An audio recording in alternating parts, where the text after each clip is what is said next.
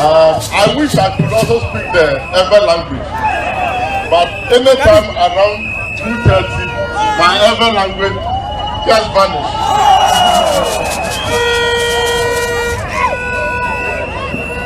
I am here and I'm happy to be in Ketu North because we are gradually getting closer to the World Bank and we are now at the IMF headquarters.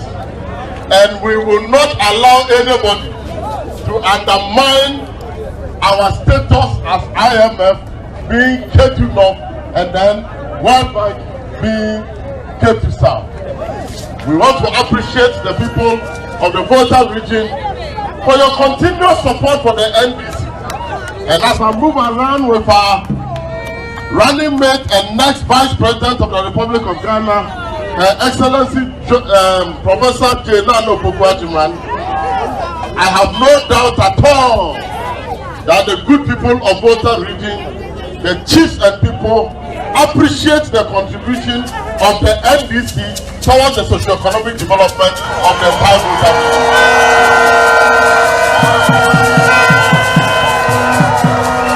I therefore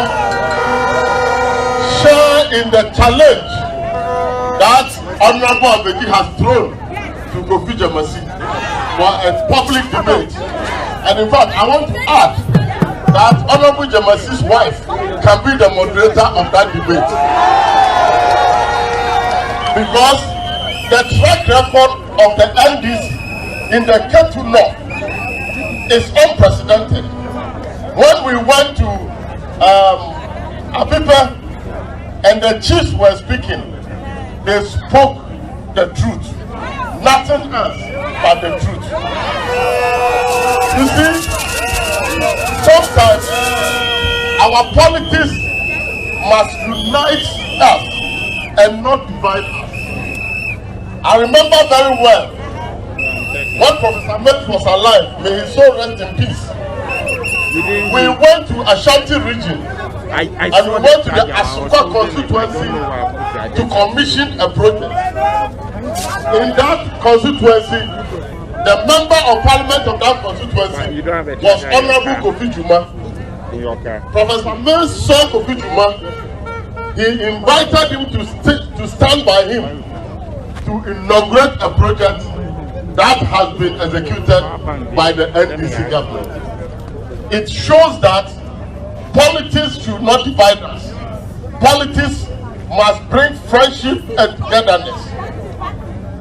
Professor Mills did the same thing. When President Kufuor initiated the N1 project and President Mills came and completed it, on the commissioning of that project, he invited President Kufuor to assist him to commission the N1 project to show that after all, Ghana, we are all one. NPP and NDC, there is nothing that divides us. Why is it that Nana Akufoado as president, President John Mahama, and our brother James Abedi initiated a loan project from the Austrian government, secured the loan for a hospital project in Volta in the Ketu North district. President Mahama came and cut the sword. And I want to remind you that as for our NDC, when we are cutting sword, then we have the source of funding. We know the contractor. We have designed the project. And we know when the project will begin and when the project will end. Unlike Naana Opoku and Dr. Baumia, who are carrying shovels and axes and going around the country, cutting sword left, right, and center. When you ask them, when will the project start? They say the project will start in 7 months. If you are president, you have been given 4 years to develop the country. You wait until 3 months, 2 months to the election, you go and cut sword. You don't know the source of funding. And then you say the project will begin in 7 months' time. If this one is not 419, I won't say anything because I'm from Achim, so I don't want to say it's our project. I beg you, I don't want trouble.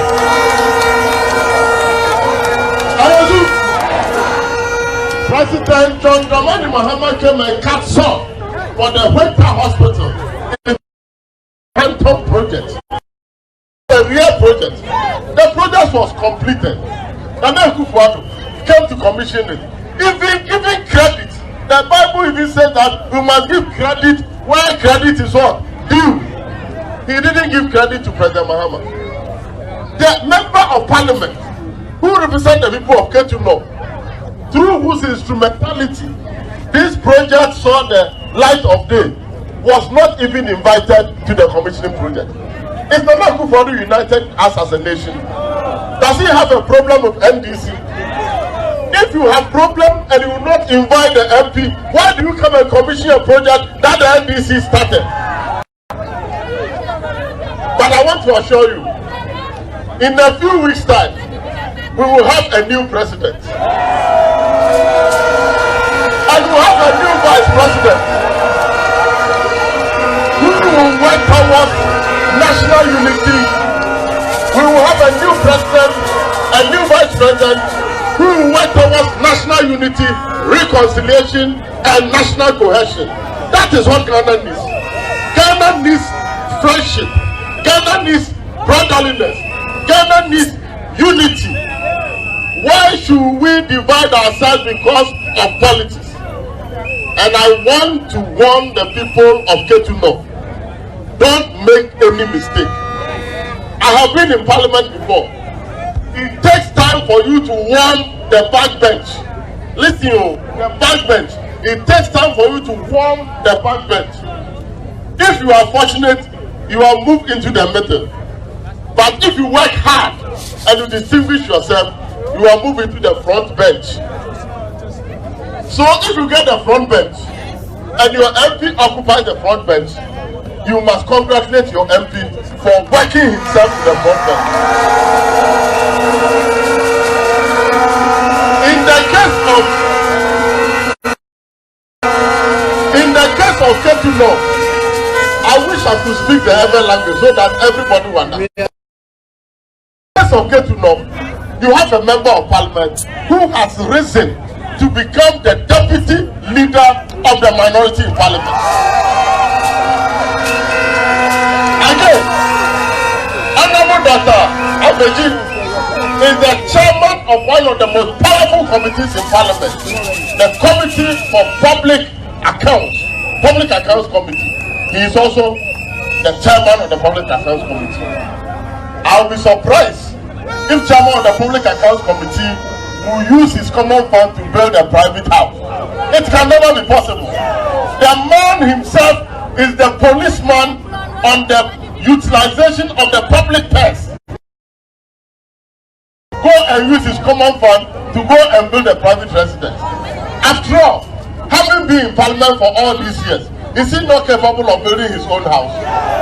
Haba.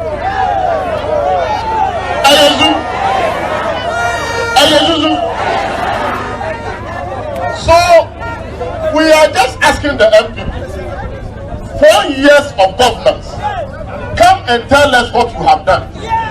Ketu North, do you have one district, one factory? Ketu North, do you have $1 million per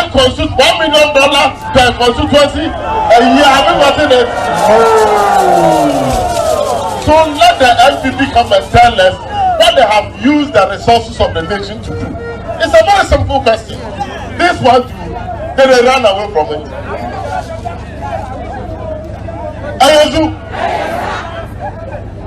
So I am advising you, keep Dr. Afeji in parliament for us. Dream of skirt and blouse. Because President John Dramani Mahama needs majority in parliament. And of course, he needs very experienced hands in parliament to support him to govern the country effectively and efficiently. There is one thing I can assure you. President Mahama will build an efficient government, not relying on a gargantuan number of ministers. We will use lean to produce much efficiency. in our governance system. Again, I want to assure you that our government thinks about the ordinary people. It thinks about the women, the youth, and the unemployed. And so in our next government, our focus is on employment generation for the youth. Several interventions are going to be put in place to ensure that the youth are empowered to employ themselves, and we are also going to expand the economy through the big push. Everybody say big push. Big push. Under the big push, $10 billion is going to be injected into the Ghanaian economy for social infrastructure, for schools, for roads, for hospitals, for ports, for harbors. Indeed, the NDC has established a brand new airport in Ho. Are you aware of that? Sister Jifa is here. Kudos to her. A brand new airport. Somebody has constructed it. 4 years, just commissioned it. That one too, they can't commission. I want to assure them that in about 6 weeks' time, when we form the next government, President John Dramani Mahama will come and commission the airport. So that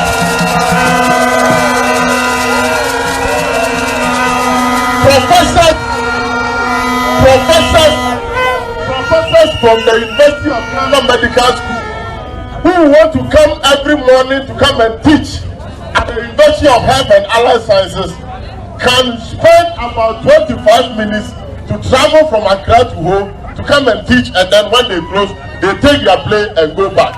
That is happening between UDS and the University of Ghana Medical School. It was a strategic project to support movement of the people of the Volta region. I want to assure you that the next election is coming. Don't be intimidated. They will bring the soldiers, but they can't take your thumb away from you. But the thumb is powerful than the gun. And we are going to use the thumb to show the exit to the Nekufuado and Dr. Bamia and MPP and say bye-bye to them.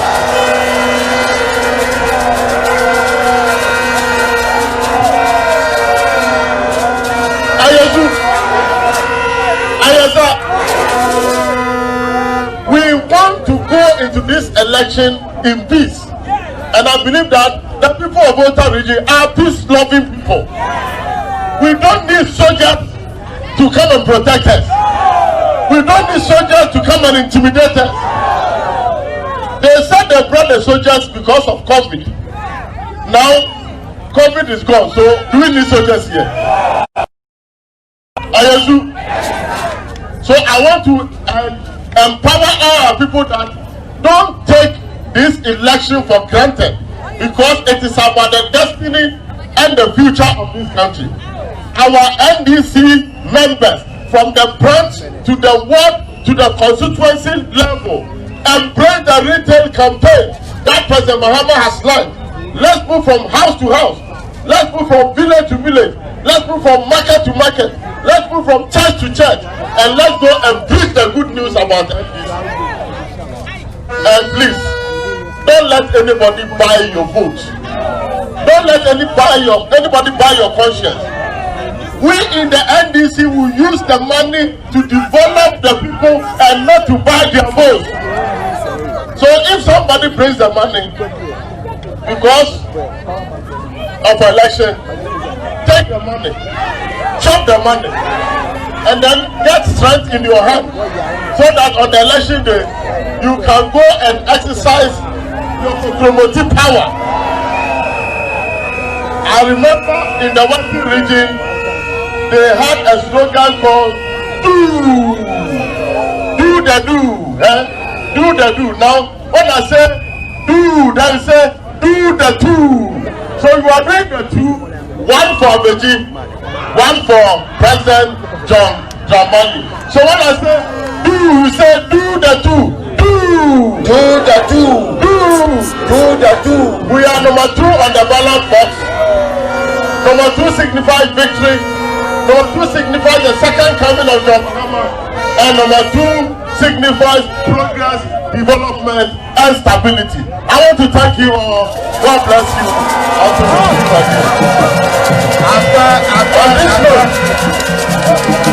On this note, I came like John the Baptist. You know John the Baptist? He came to clear the way for the Savior. So I'm going to introduce somebody, a special person, a woman of substance. When I see Aruna here, I'm very happy. Because President John Dramani Mahama has respected women. A woman who became the first vice chancellor of a public university in this country and distinguished herself creditably. She became Minister of Education and she also discharged herself creditably. She introduced the E-block concept. She elevated polytechnics to technical universities. Under her leadership, with the advice and support of President John Dramani Mahama, we were able to establish 2 universities. One, University of Health and Allied Sciences in the Volta region here. And again, University of Environment and Sustainable Development in Somanya in the Eastern region. This is the woman who is coming to partner His Excellency President John Dramani Mahama to bring good governance to the doorstep of the ordinary Ghanaian. Ladies and gentlemen, with a round of applause, let's welcome the next Vice President.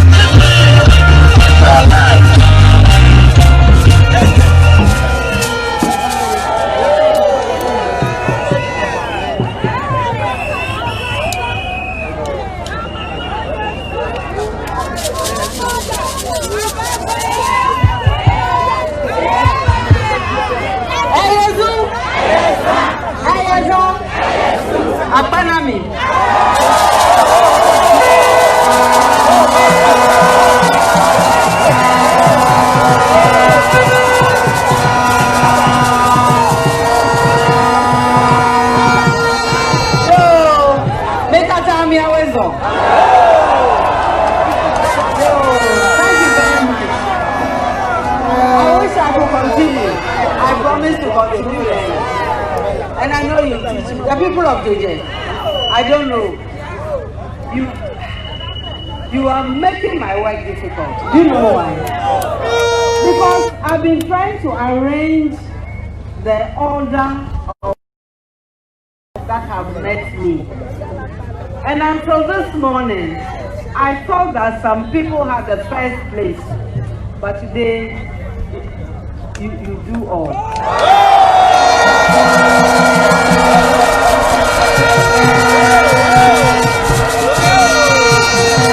You do all. May God bless you. Maune Ramsia. Thank you very much. I will not speak for too much, or for too long rather. I will not speak too much for too long. I just want to remind all of us that the elections we are going in this time is not like the elections of the previous times. Here is system. All right. And why is that the case? We need to reposition politics to what it should do. And politics is about the welfare of the people. It's about development of the people. It's about providing what removes the stresses of the people. It is not about insults. It is not about being arrogant. It is not about putting fear in people. It is not about throwing people back. It's about bringing all of us together, no matter who we are. Everybody is important. And that is why God loves all of us, no matter what we are. So the people are giving the power to us for us to return the power. And we need to return the power by providing the things that the people need. Some of the things are hospitals. Is it true or not? Some are schools. Is it true or not? How about roads? How about airports? How about peace? How about peace of mind? So this is what we are offering. And that is why in order to reach this, we came and worked with the manifesto with you. We met all kinds of people. My sisters are here. Those of us in the market. I salute you. Because I know the hard work you do. Without you, there is no food in your home. So you need to be very proud of yourself. And that is why when you look into the manifesto, you see that if you are a trader in the market, I know the men also sell in the market, but the majority are women. Isn't that the case? So if you sell in the market and your business is small, it doesn't matter.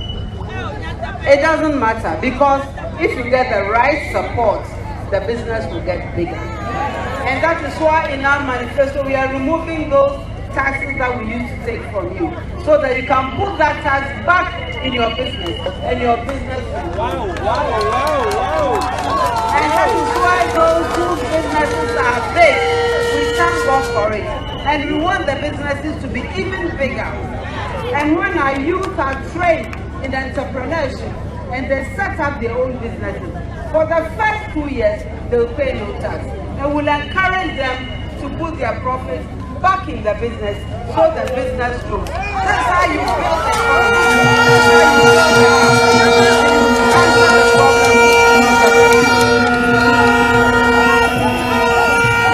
And we also shouldn't forget that there will come a time when if you even want to go to the farm or you want to go to the market, it's very natural that you've grown and you cannot do that. This is the time is now for us to think about those people. When they are in the home, maybe they've been too old to join us now. And those of us who have pension are complaining that it is too small. We should be thinking about our own people who don't have any pension at all. How about them?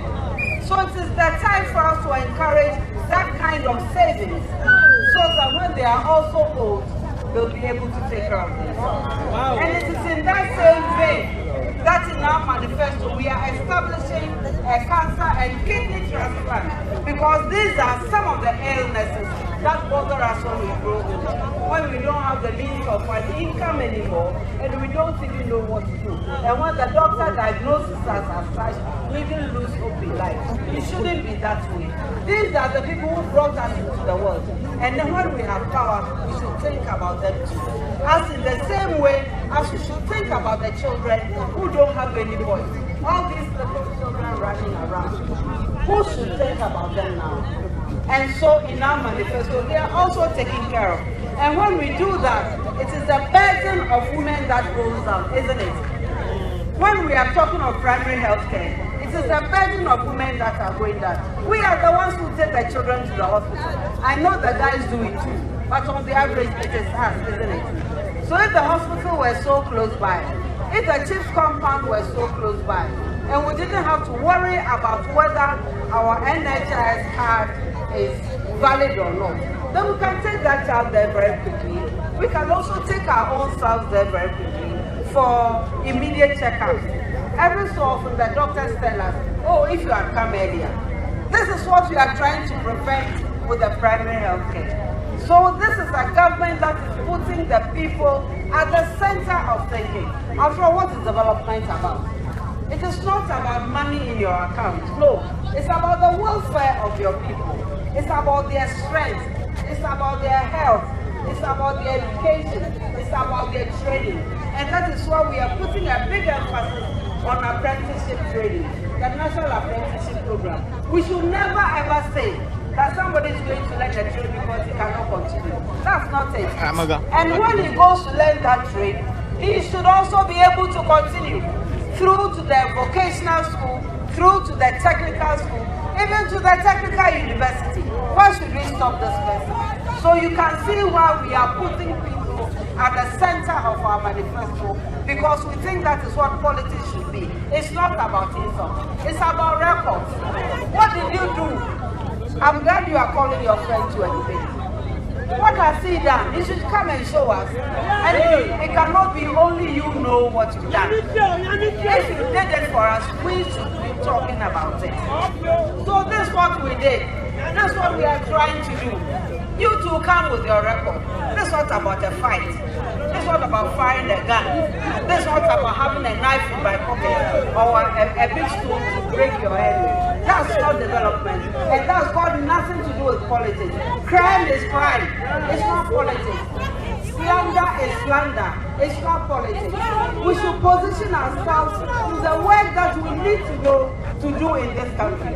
So when our flag bearer calls for a debate, it's in the right direction. And when you also call for a debate, it is in the right direction. So we can compare records. You see, we hear the monies will come. And as my chairman has said, take it. But in the process, we need to ask ourselves a few questions. How much of that road will complete the hospital in my community? Sorry, how much of that money? How much of that money will build a good road for me? How much of that money will ensure that my child has the kind of quality education that maybe I didn't have? When the answer to the above is no, no, no, vote against that person that brought that money. Because it doesn't wish you well. Because it doesn't wish you well. If all that money has been used, if all that money has been used to provide you with water, then my daughters needn't wake up in the morning, fetch water so many times that by the time they get to school, they are tired. They will sleep in class. How can they do well?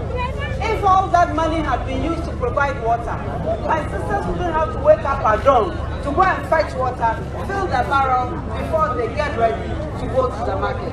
When they get to the market, how much of the energy is left? So you see, we need to use the national resources judiciously in the interest of everybody and not in individual interest because they want to go to parliament.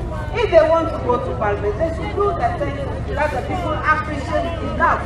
Just as my brother Agyemang has done. Look at the merit, the respect he has brought to this community. And this community will be proud of a citizen like that. Who doesn't go and sit there and think about himself? What is this thing about using the common fund to build a house? I mean, it's a funny story. And if that person has truth, he will not resort to rumors. He will come with the facts. is only when they don't have the power that is important. And it is unbecoming. Man and power. You know, she the holder. If you did the car. So this is why this election is so important. She is annoying. It is so important because our youth is suffering. Okay, I'm coming. Let me go. I use an example of the at the risk of repeating myself. Let's say that there was a hospital in progress that has stopped, like many of our projects that have stopped. Now, where will the contractor be? Won't he be approved? So where is the contractor? Where will the engineer be? Will he be employed? Good. How about the quantity surveyor? Is he employed? How about the person who can give his labor by carrying the cement from the shop to the vehicle and unload? Is this person employed? How about the mason, the carpenter, the tiler, the painter? And when this hospital is done, how about the nurses? And even in the course of the hospital, how about the plumber? All these people will be unemployed, wouldn't they? And in that hospital, wouldn't you employ doctors? So she say, you know, charge. Wouldn't you employ nurses of different kinds? Wouldn't you employ people who clean the hospital? How about the security people? You see, so by stopping one project, they have added to the stock of unemployment. So when we say we create jobs, we are not joking. If we come and we revive the schools alone, can you imagine the jobs we create? So that tells you the jobs we created before we left we left office.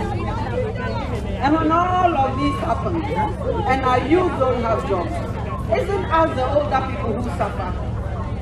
Already you don't have the pension, and you have invested in your child so that he'll get a job. He's also learned everything he needs to learn, and now he's at home. Is this how you progress the country? So this is why I'm saying that this election is not like the previous one. It is about voting to get development in your community. And we know the party that brings development, don't we know? Which party brings the lights? The roads, the airport, the market, help the traders in ways that matter. You see? So that is why we are voting for them. And you know about the Soyaya Fund and how it works. Very interesting concept, and we are introducing it. What it means is that if we give you a loan for, let's say, 1,000 cedis, and it is payable in 2 months, you can double it all you want, but in the end you pay 1,000. And that is how the small businesses will grow. And that is how the big businesses will also get bigger.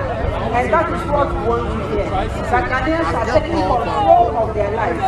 The Ghanaians are providing for their needs. But we are on the road to true independence and self-actualization. So I'm not talking too much. But before I end, I want to request that when you go on your knees and pray, remember to pray for His Excellency John Dramani Mahama. Remember to pray for him. Because